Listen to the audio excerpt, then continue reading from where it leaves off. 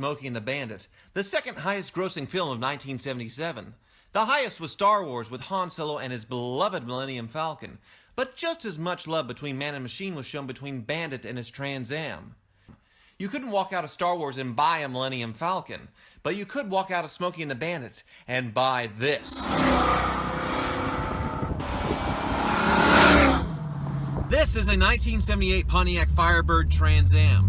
This and the same bodied Camaro were the last survivors of the muscle car era.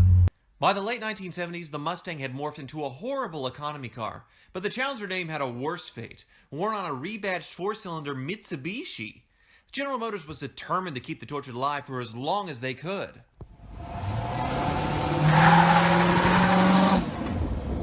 They saved the muscle car not through any kind of innovation, but by making it the loudest, craziest cartoon character version of a muscle car you could think of. 40 years later, does the Screaming Chicken have enough bark to make up for its lack of bite? I think so. By 1978, the engine in the Screaming Chicken was choking on US emission regulations, putting out only 220 horsepower. Now, this car moves really well, but I suspect it has something to do with the gearing, because the motor is just screaming at highway speeds. It also has the aerodynamics of a brick. At 70 miles an hour right now, it feels like I'm going 170 miles an hour. And the quality was typical of this era with really poor fit and finish. But none of this really matters. The goal was not to make this a quality car or a fast car or a quiet, comfortable cruiser. Rather, this was supposed to be the loudest car possible, both audibly and visually. The focal point of this stickered up body is the hood, with this giant Screaming Chicken surrounding the ram air intake. An intake that was totally 100% fake. In addition to the Screaming Chicken on the hood, you have 10 more throughout the car. I feel like chicken tonight, like chicken tonight, chicken tonight. The designers of the Trans Am were Screaming Chicken crazy, making the car impossible to mistake for anything else. Adding to its racing look credentials is a NASCAR-style rear spoiler, engine-turned-instrument binnacle, and a racy-looking gauge pack.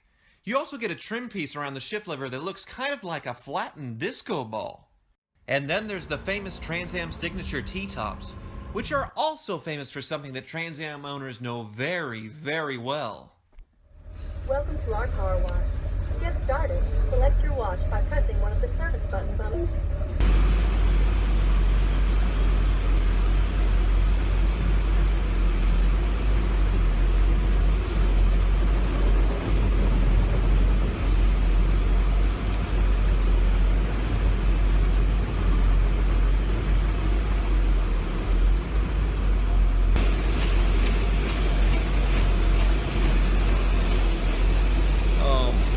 Oh God.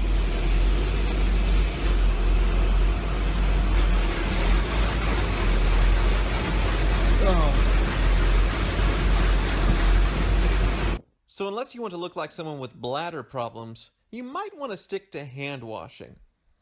The nice thing about a lower performance car with all of this flash and noise is it's really fun to drive at legal speeds. To get this kind of noise and fun out of a modern muscle car, it will try and kill you. As my boss Doug perfectly demonstrated with a Hellcat, as well as countless other people. There you go. Shit. We're good. We're good.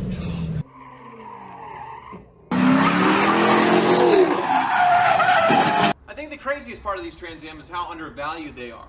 You can find a nice driver in the teens and low 20s, and a really nice car in the upper 20s and low 30s. To get other famous movie muscle cars like a Bullitt 68 Mustang Fastback, you'll have to pay double that, while a Vanishing Point style 1970 Challenger can go for 6 figures. And it's not like those cars perform that much better, or this Trans Am is any less fun to drive. If I were shopping for an old muscle car, you better believe I feel like chicken tonight, like chicken tonight, chicken tonight.